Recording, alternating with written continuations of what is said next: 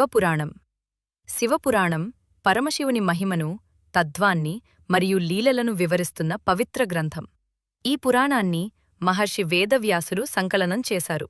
ఇందులో శివుని ఆవిర్భావం, పార్వతీదేవితో వివాహం, కుమారస్వామి మరియు గణపతి జననం, త్రిపురాసురు సంహారం, దక్షయజ్ఞ విధ్వంసం వంటి అనేక విశేషాలు వివరించబడ్డాయి. శివపురాణం ప్రకారం శివుడు సృష్టి, స్థితి మరియు లయకు మూలకారణమైన పరబ్రహ్మస్వరూపుడు. శివలింగం విశ్వానికి ప్రతీకగా భావించబడుతుంది. శివలింగారాధన వల్ల పాపాలు తొలగి మార్కండేయుని రక్షించిన కథ.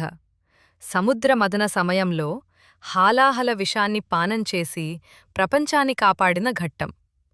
అర్ధనారీశ్వర తత్వం వంటి విషయాలు శివుని మహిమను చాటుతాయి.